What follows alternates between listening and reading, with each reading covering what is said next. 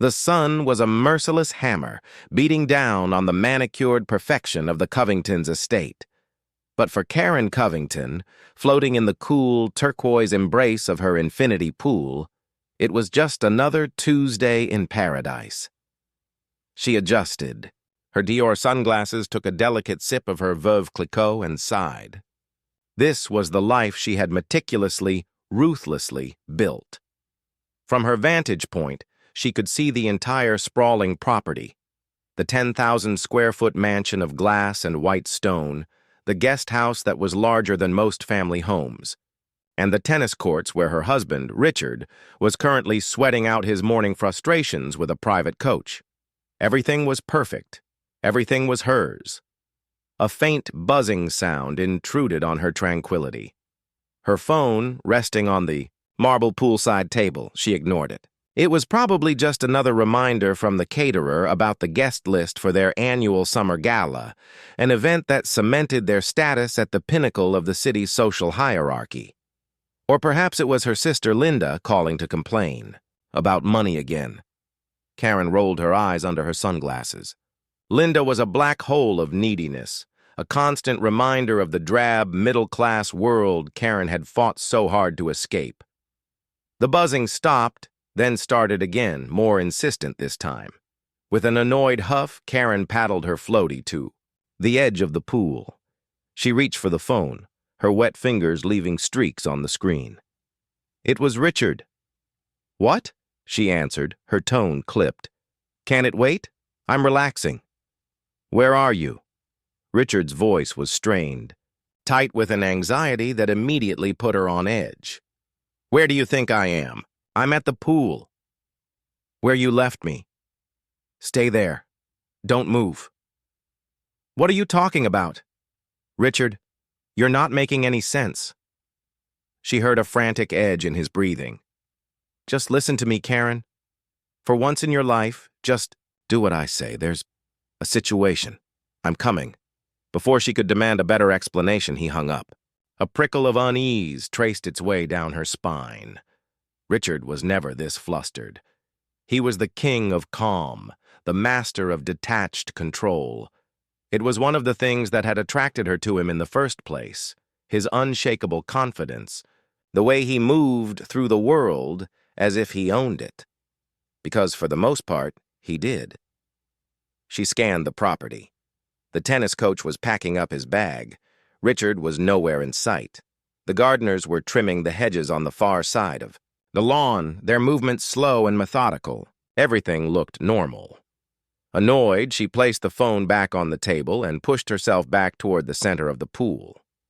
A situation. How dramatic. It was probably just a problem with one of his overseas investments. He was probably overreacting. She closed her eyes again, trying to recapture her earlier serenity, but it was gone. The sun felt hotter now, more oppressive. The gentle lapping of the water seemed to mock her. She thought about getting out, but that would feel like conceding to his ridiculous, cryptic warning. She was Karen Covington. She didn't get spooked by vague phone calls. That's when she felt it. A subtle shift in the water behind her. A displacement. A gentle current that had nothing to do with her own movements. Her eyes snapped open. She slowly, carefully turned her head. At first, she didn't understand what she was seeing. It was just a dark shape, a thick, coiling rope of black and yellow, moving with a hypnotic, liquid grace. It was beautiful, in a terrifying sort of way. Then its head rose from the water, and the world stopped. The king cobra was magnificent. It was easily 15 feet long, its body as thick as her thigh. Its hood flared, a clear, unmistakable warning. Its eyes, 2 beads of polished obsidian, were fixed on her. It was so close she could see the individual scales, the faint shimmer of moisture on its skin. It swayed gently, its forked tongue tasting the air, tasting her. Panic, cold and absolute, seized her. She opened her mouth to scream, but no sound came out. Her throat was paralyzed, her lungs frozen. All the years of yoga, of controlling her breath and her body, vanished. She was pure primal fear. The floaty, her little island of security, suddenly felt like a death raft. One wrong move, one sudden splash, and those fangs would be in her. She could feel the venom already, a phantom fire spreading through her veins. Her mind raced, a chaotic slideshow of her life. The gala, her designer dresses, the charity boards. She sat on. It all seemed so absurd, so meaningless, in the face of this ancient deadly creature. Karen! Richard's voice, sharp and urgent, cut through her terror. He was standing on the patio, his face pale, his eyes wide with a horror that mirrored her own. The tennis coach was behind him, his phone pressed to his ear. "Don't move." Muscle, Richard commanded, his voice low and steady, trying to project a calm he clearly didn't feel. The Cobra's head twitched at the sound, its attention momentarily diverted toward the patio. It was a tiny movement, but it was enough to break Karen's paralysis. She had to get out of the water. Now. Ignoring Richard's command, she began to paddle, a slow, desperate backward motion. She tried to keep her movement smooth, to avoid splashing, but her terror made her clumsy. The floaty wobbled, sending ripples across the water. It was a fatal mistake. The Cobra's head snapped back to her. It saw the movement as a challenge, a threat. With a speed that defied belief, it lunged. It didn't strike at her. It struck the floaty. There was a loud hiss as its fangs punctured the inflatable plastic. The air rushed out, and the floaty began to sink, tipping her into the water. The cold shock was instantaneous. She flailed, gasping, her limbs tangled in the deflating plastic. The Cobra was right there, its body a swirling vortex of black and yellow around her. She kicked out, trying to push herself away, her foot connecting with its solid muscular body. The serpent recoiled, its hood flaring wider than before.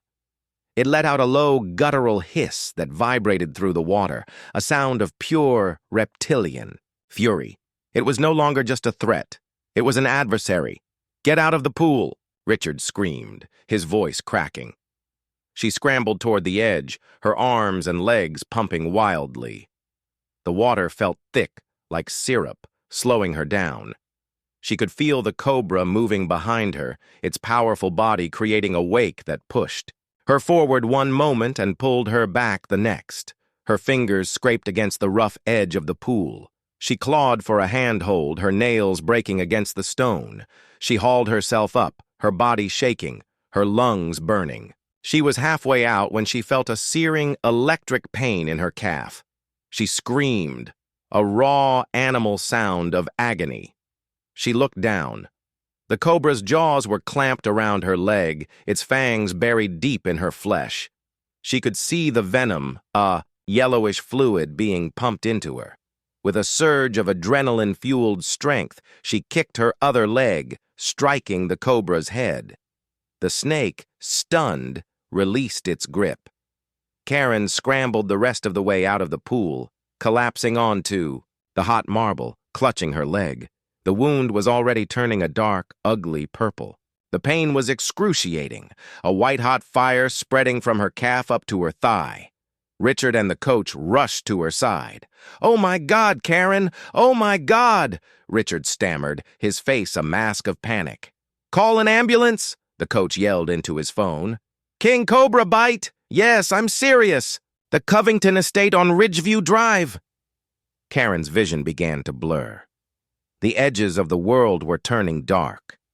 She could feel her heart pounding in her chest, a frantic, irregular rhythm. Her breathing was becoming shallow, ragged. "Richard," she gasped, her voice a hoarse whisper. "It hurts. I know, honey, I know. Help is on the way, just hold on." He fumbled to take off his belt, trying to fashion a tourniquet, his hands shaking so badly he could barely work the buckle. But Karen wasn't looking at him. Her gaze was fixed on the pool. The Cobra, its attack complete, was slithering gracefully, out of the water on the opposite side. It moved with an unnerving purpose, heading directly for the meticulously trimmed hedges that bordered the guest house. And then she saw him. standing in the shadow of the guest house, partially obscured by a large potted palm. Was a man. It was Miguel, one of the gardeners. He was a quiet man who had worked for them for years, always polite, always keeping his head down. But there was nothing subservient about him now. He was holding a long wooden flute. As the Cobra reached the edge of the lawn, Miguel put the flute to his lips. He began to play, a low, haunting melody that seemed to hang in the hot, still air. The Cobra, which had been moving with aggressive speed, slowed. It raised its head, its body swaying in time with the music. It was mesmerized, enchanted. Karen stared, her mind struggling to process the scene through the fog of pain and venom. Why was he playing music? Why wasn't he running? The Cobra reached Miguel's feet. It didn't strike. It coiled itself peacefully. On the ground before him, its head resting near his worn leather boots, as docile as a pet. Miguel didn't stop playing. He just looked across the pool, his dark, unreadable eyes meeting Karen's. There was no fear in his gaze, no surprise. There was only a cold, quiet satisfaction. A terrible, impossible thought began to form in Karen's venom-addled brain. The snake, the gardener, the music. It wasn't random. It wasn't an accident. This was planned. Her eyes darted to her husband. Richard was still struggling with the belt, his face a mess of performative anguish. But she saw it, just for a second. A flicker of something in his eyes as he, too, glanced at Miguel. It wasn't panic. It was confirmation. A shared understand. The first thing Karen was aware of was the beeping. A steady, rhythmic pulse that was both annoying and, in a strange way, reassuring. It was the sound of life. Her life. She opened her eyes to a world of sterile white and muted beige. A hospital. Room. The antiseptic smell filled her nostrils, a sharp counterpoint to the memory of sun-warmed chlorine and the earthy scent of fear. Her leg throbbed with a deep, persistent ache, a constant reminder of the fangs that had pierced her skin. It was heavily bandaged, elevated on a pillow. An IV line snaked from her arm to a bag of clear liquid hanging from a metal stand. She was weak, her body feeling like a leaden weight against the starched sheets, but her mind was terrifyingly clear. The image of Miguel and his flute, of the Cobra swaying to its tune, of Richard's fleeting, damning glance, it was all there, burned into her memory. The venom of the snake was being flushed from her system, but the poison of her husband's betrayal had taken root deep in her soul. The door to her private room swished open. Richard entered, his face a carefully constructed mask of concern. He was holding a ridiculously large bouquet of white lilies, their funereal scent making her stomach turn. "Karen, thank God," he breathed, rushing to her bedside. He tried to take her hand, but she instinctively pulled it away. He froze for a fraction of a second, his mask slipping just enough for her to see the flicker of annoyance before it was replaced by wounded sympathy. "You're weak, of course," he said smoothly, placing the flowers on the bedside table. "The doctor said it was a miracle. The paramedics got here so fast. They administered the anti-venom on the way. Said another 10 minutes and—" He let the sentence hang in the air, a testament to his supposed quick thinking. Karen stared at him, her heart pounding that same frantic rhythm she remembered from the poolside. He was an actor, a brilliant one. Every word, every gesture was part of a performance designed to paint him as the hero, the distraught husband who had almost lost his wife in a freak accident. "What happened?" she asked, her voice raspy, testing him. He sighed, running a hand through his perfectly coiffed hair. "It was horrible. Animal control thinks it must have escaped from some exotic pet collector in the hills. They're searching, but a creature like that, it could be anywhere." "The gardener," Karen said, her voice flat. "Miguel." Richard's eyes narrowed slightly. "What about him?" "The poor man was terrified. He quit this morning. Said he couldn't work somewhere a thing like that could just show up. Can't say I blame him. He was lying. So effortlessly. He had it all covered. The convenient story. The disappearing accomplice. She felt a wave of nausea, a dizzying sense of being trapped in a nightmare of his making. A doctor came in then, a kind-faced woman with tired eyes. "Mrs. Covington, good to see you awake. I'm Dr. Aris. You gave us all quite a scare." How bad is it?" Karen asked, her gaze flicking from the doctor to her husband. "You're exceptionally lucky," Dr. Aris said, checking the eye monitors. The bite was severe, but it seems it wasn't a full envenomation. Sometimes, with a defensive bite, they don't inject their full payload. That, plus the quick response, saved your life. You'll have some tissue damage in the calf and the recovery will be slow, but you're going to be okay. "Thank you, doctor," Richard said, placing a proprietary hand on the doctor's shoulder. "We're so grateful for everything you've done." He was the gracious husband, the man in charge. Karen closed her eyes, feigning exhaustion. She needed to think. She couldn't let him know she knew. Not yet. Not while she was this vulnerable, trapped in a hospital bed with him controlling everything. The doctors, the visitors, the narrative. In this sterile white room, she was just as much at his mercy as she had been in the pool. For the next 2 days, Richard was a constant presence. He took calls from concerned friends, assuring them that Karen was resting and that he had everything under control. He spoke with the police, calmly recounting the story of the tragic accident. He even had a security team sweep the estate, a public display of ensuring his wife's safety. To the outside world, he was the perfect husband. To Karen, he was a monster hiding in plain sight. She played her part, the traumatized victim. She pretended her memory of the event was hazy, fragmented by the shock and the venom. "It all happened so fast," she would murmur, letting him fill in the blanks with his carefully crafted lies. Every word of concern from his lips felt like a threat. Every touch made her skin crawl. The only person he couldn't keep away was her sister. Linda arrived on the 3rd day, her face etched with genuine worry, a stark contrast to Richard's practiced performance. She looked out of place in the expensive, private room, her worn jeans and faded t-shirt, a world away from Karen's designer life. She carried not a bouquet of expensive flowers, but a worn paperback novel and a bag of sour candies Karen had loved as a kid. "Oh, Carrie," Linda whispered, her eyes welling up as she saw the bandages and the IV. "I came as soon as I heard. Richard said you weren't up for visitors." "Richard says a lot of things," Karen said, the words carrying a weight that only Linda, who had always been suspicious of Richard's slick charm, might understand. Richard, who had been on a call in the corner, ended it abruptly.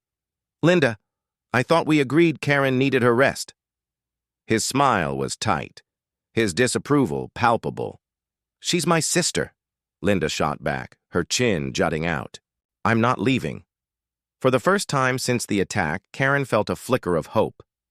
Linda, with her messy life and her perpetual money problems, was the one person Richard couldn't control. She was family.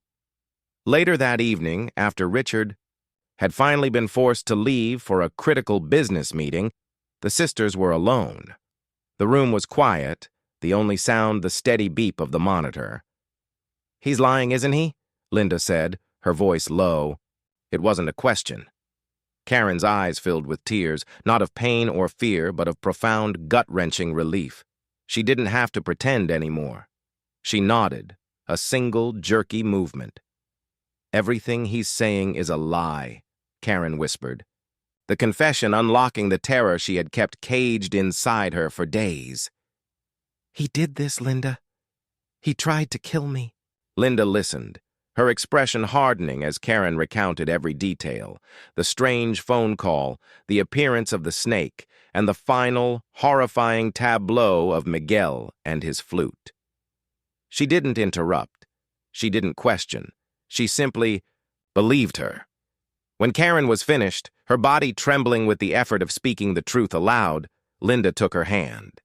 Her grip was firm, grounding. "Okay," Linda said, her voice devoid of the panic Karen had expected. In its place was a steely resolve Karen had never seen in her younger sister. "Okay, so what are we going to do about it?" The question hung in the air. Karen looked around the sterile room, at the life she was lucky to still have. She thought of the perfect house, the perfect life, all built on a foundation of lies and now attempted murder. Richard had tried to take everything from her. He thought she was weak. He thought she was just another one of his possessions, easily discarded and replaced. He was wrong. The physical venom was gone, but the betrayal had created a new kind of poison in her veins. Rage. It was cold, clear, and powerful. It burned away the fear, leaving behind a singular crystalline purpose. "He's not going to get away with this," Karen said, her voice no longer the whisper of a victim but the low growl of a survivor. She met her sister's gaze, a silent pact passing between them. She was trapped, weak, with no money and no power. Richard held all the cards, but he had made one fatal mistake. He had let her live. "Linda," Karen said, her mind already working. The years she'd spent navigating the treacherous waters of high society suddenly becoming a weapon. "I need you to do something for me, and you can't tell anyone, especially not Richard." She leaned closer, her voice dropping to a conspiratorial whisper. "In my closet, in the back, there's a green hat box. Inside that box, under the tissue paper, there's an old prepaid burner phone. I need you to get it." Getting into the house was the easy part. Linda, armed with a key Karen had given her years ago for emergencies, let herself in through a side door.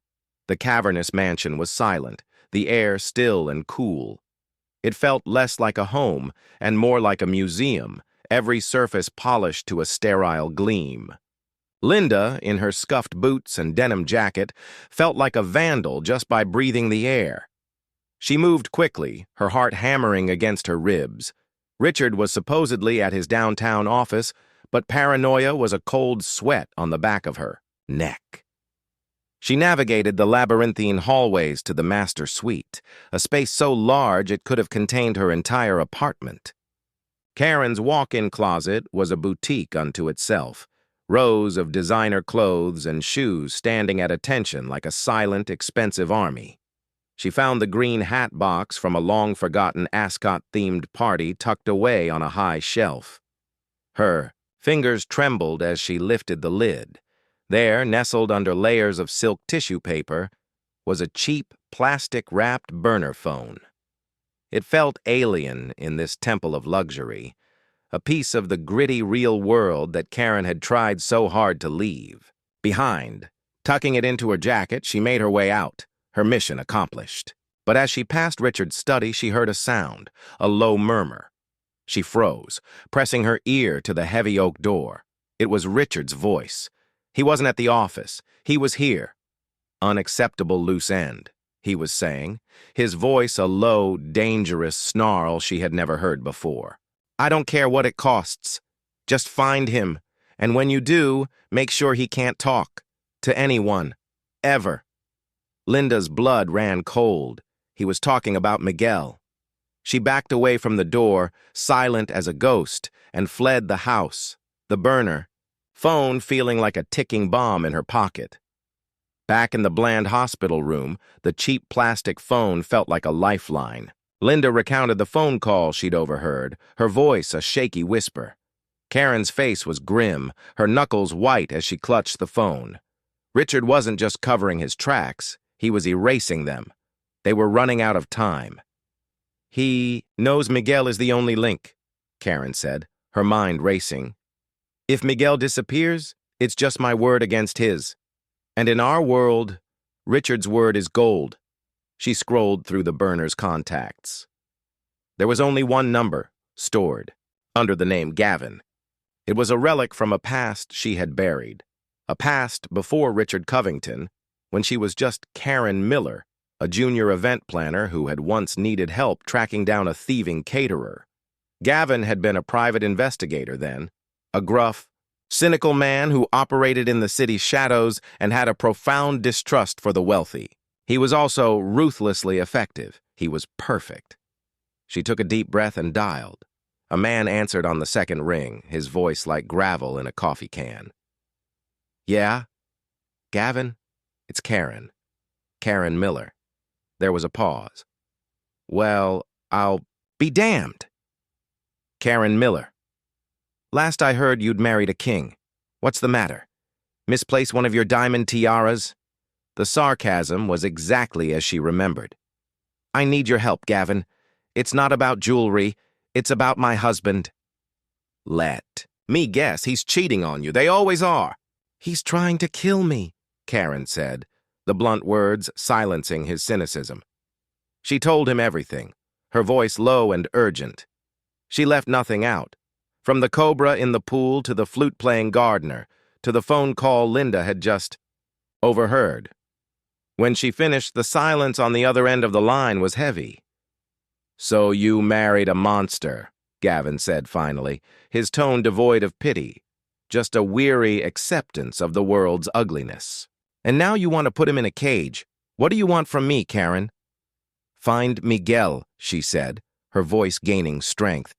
His full name is Miguel Rojas.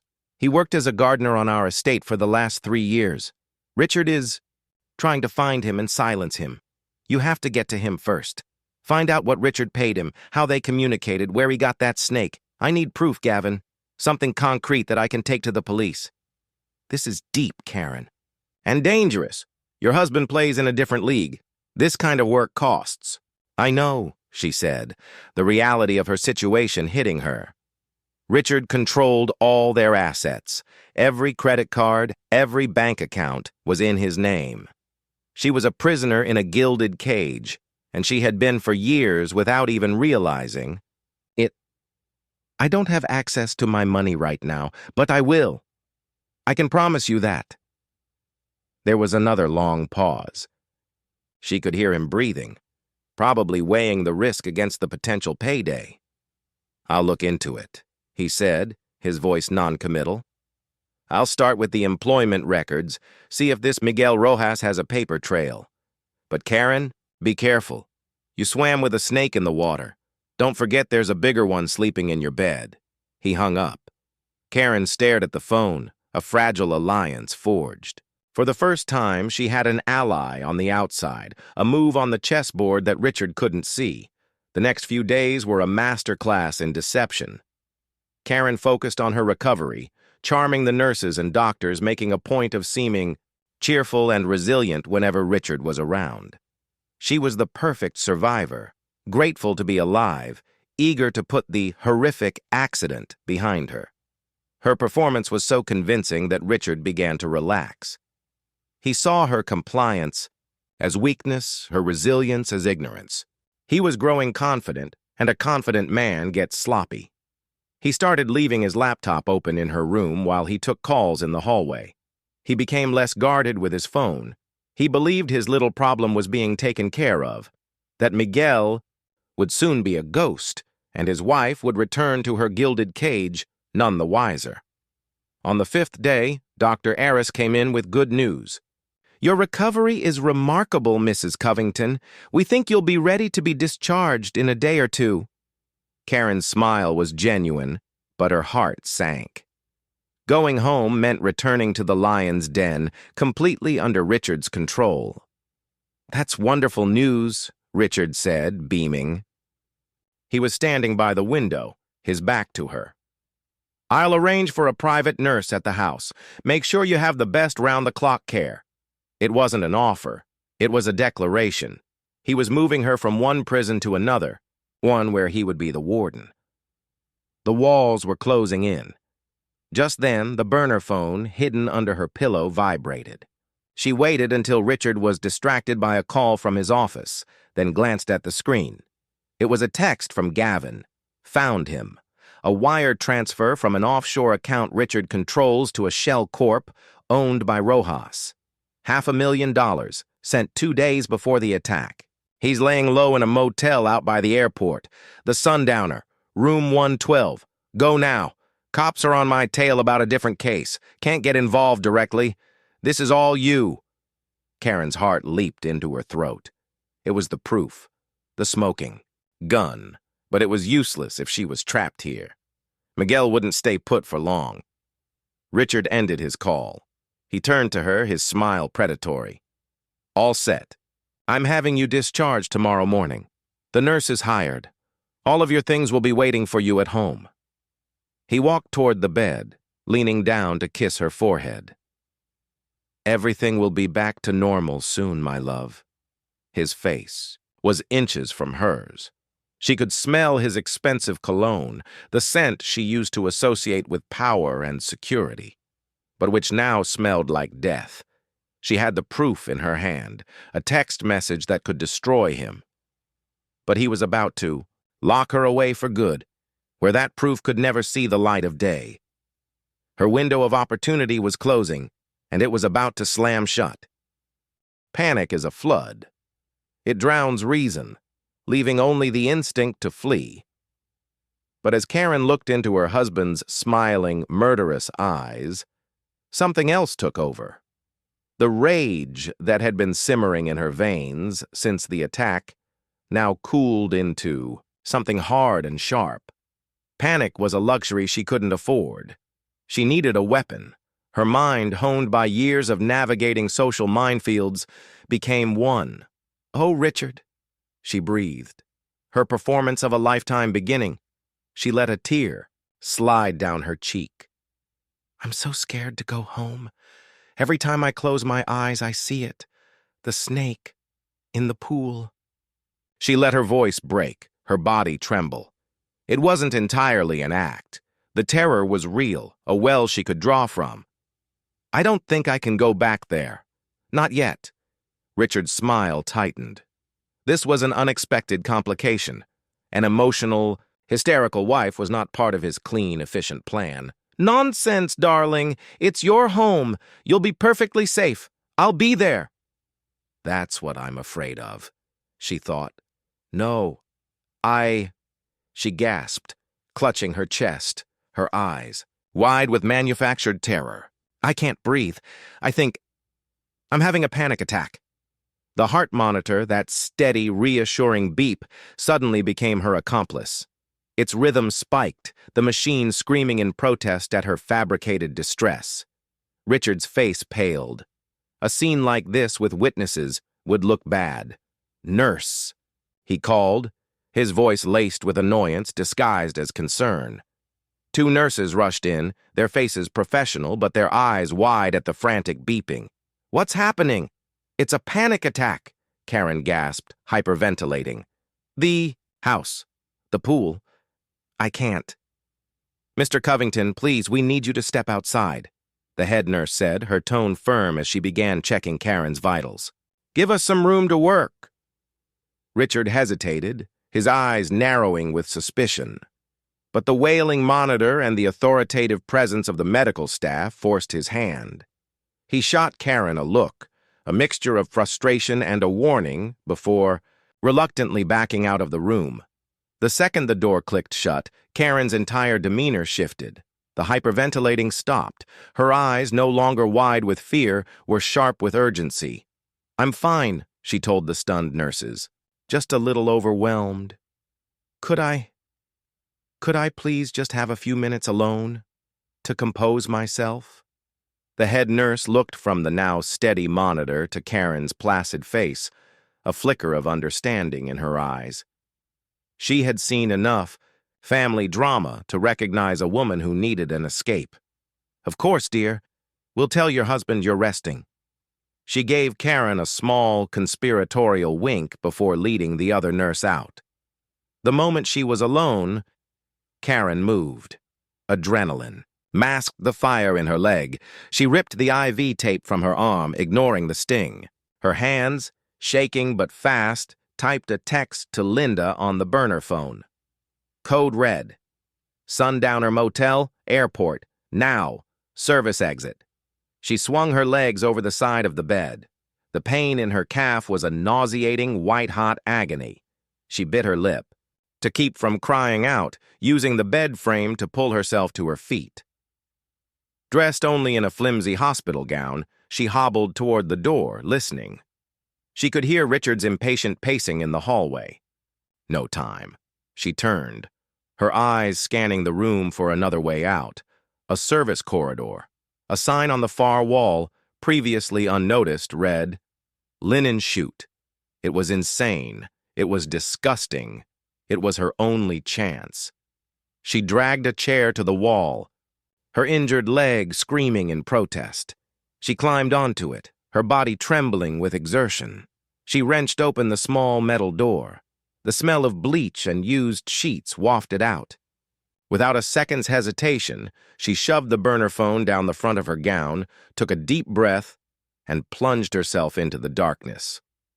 The fall was a jarring, tumbling chaos of rough canvas and the smell of antiseptic soap.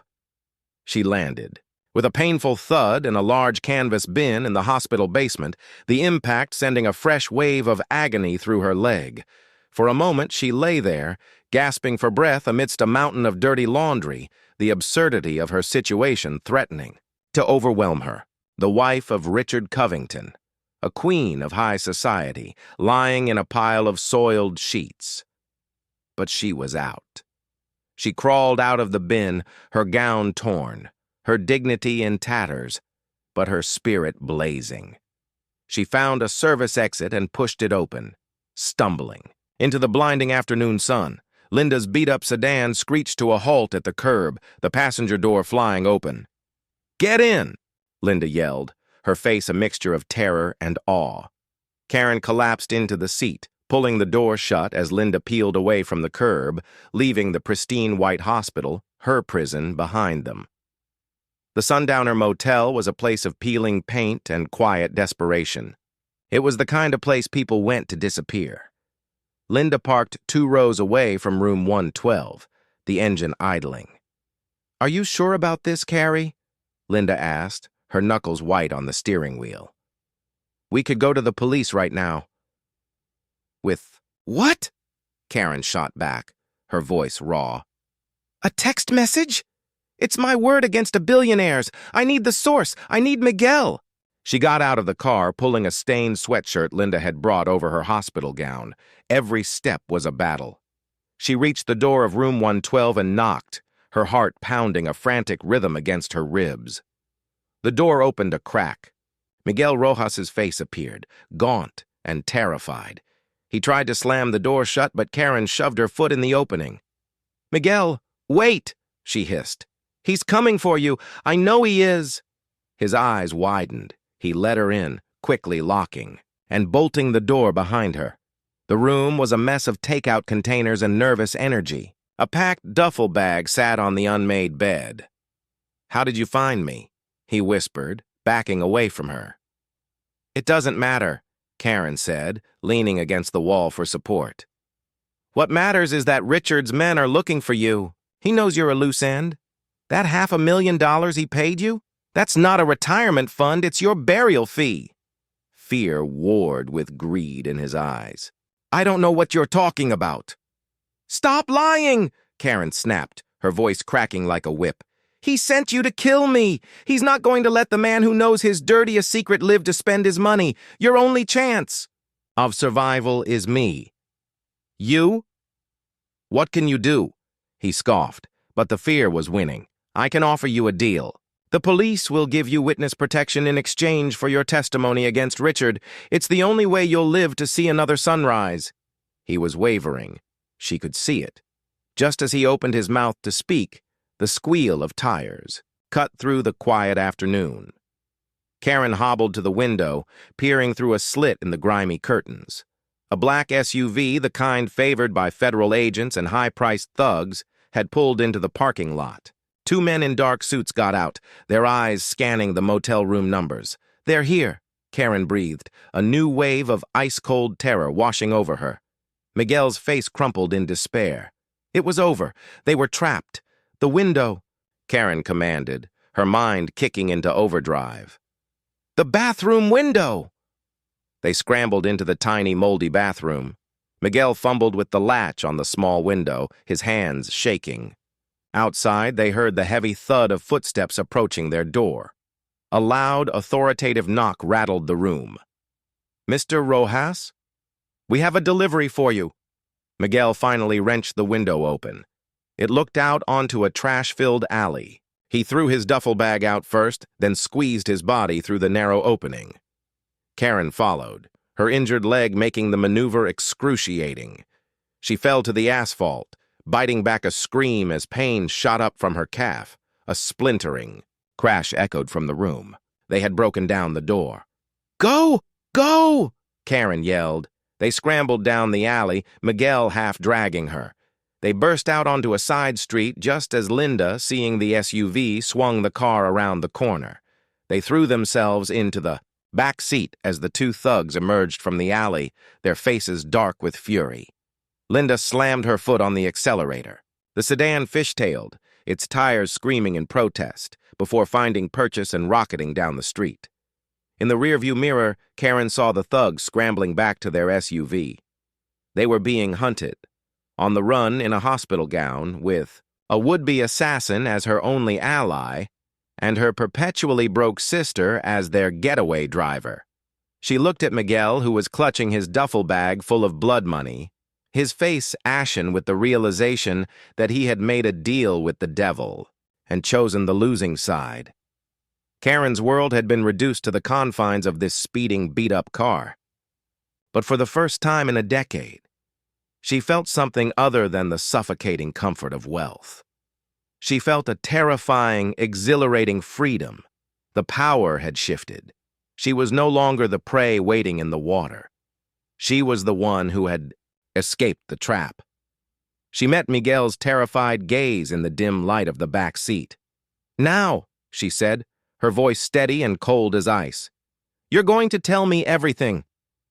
The safe house was Linda's cluttered, chaotic apartment, smelling of oil paint and burnt toast.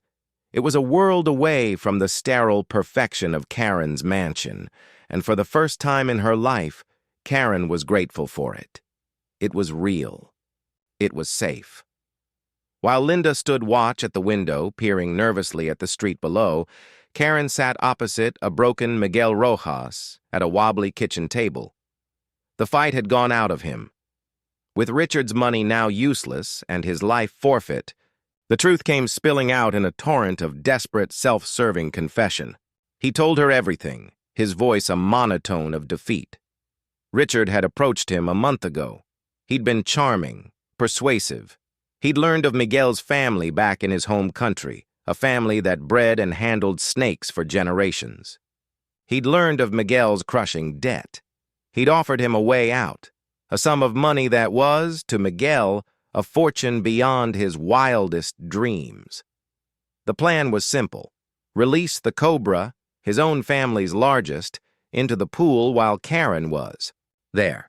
Make it look like a tragic accident. Richard had even orchestrated the timing of his phone call, the frantic warning that was actually a signal to Miguel that Karen was in position. "He said you were going to divorce him," Miguel mumbled, not meeting her eyes. "He said the prenup was ironclad, but you were threatening to ruin his reputation with lies, to drag his name through the mud. He said it was the only way to protect himself." Karen felt a bitter laugh rise in her throat.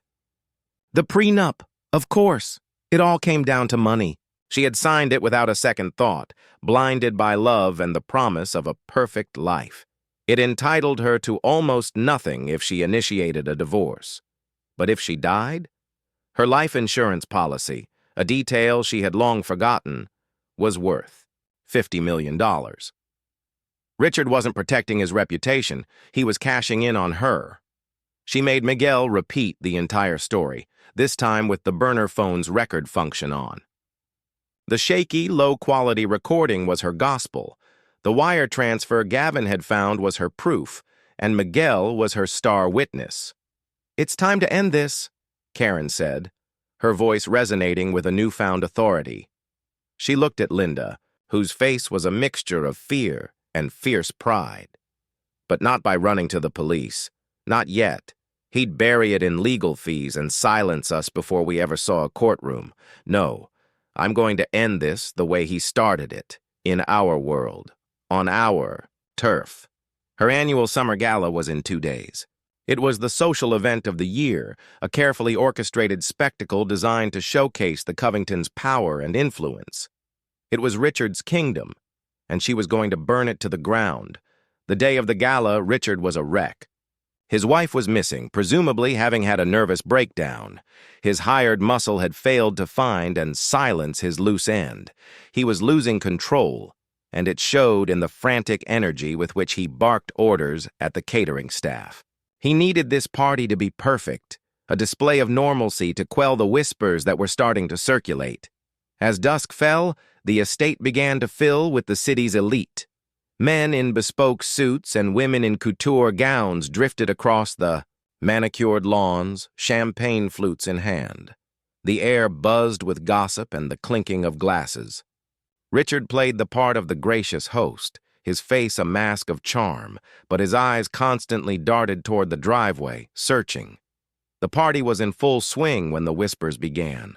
A new video was trending on every social media platform. A grainy, secretly filmed video from the hospital showing the distraught Richard Covington berating the nurses, his face contorted in a mask of ugly rage, demanding they sedate his hysterical wife. It was followed by security footage of Karen, in a torn hospital gown, plunging into a linen chute. The narrative was clear. Richard Covington, the pillar of the community, had driven his traumatized wife to a desperate, humiliating escape. Richard's phone began to buzz incessantly. He saw the video, his face turning ashen. His carefully constructed image was cracking. And then she arrived.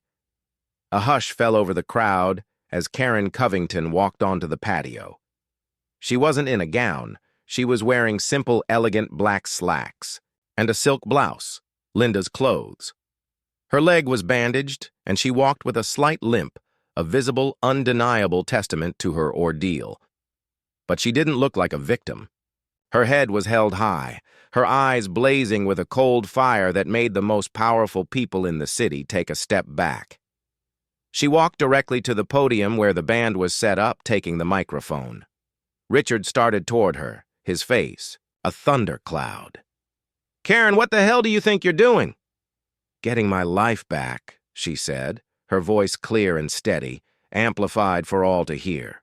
The crowd was silent, their phones all held up, recording.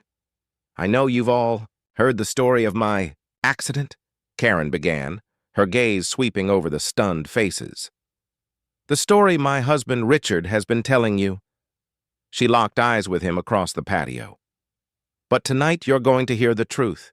And then she played the recording. Miguel's voice, tinny and terrified, filled the night air.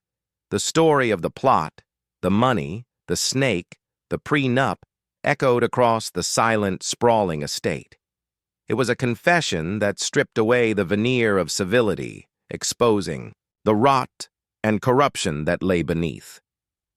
When the recording ended, the silence was absolute. No one moved, no one spoke. They just stared at Richard, their expressions a mixture of shock, disgust, and morbid fascination. His mask was gone. He was exposed, naked in his greed and cruelty.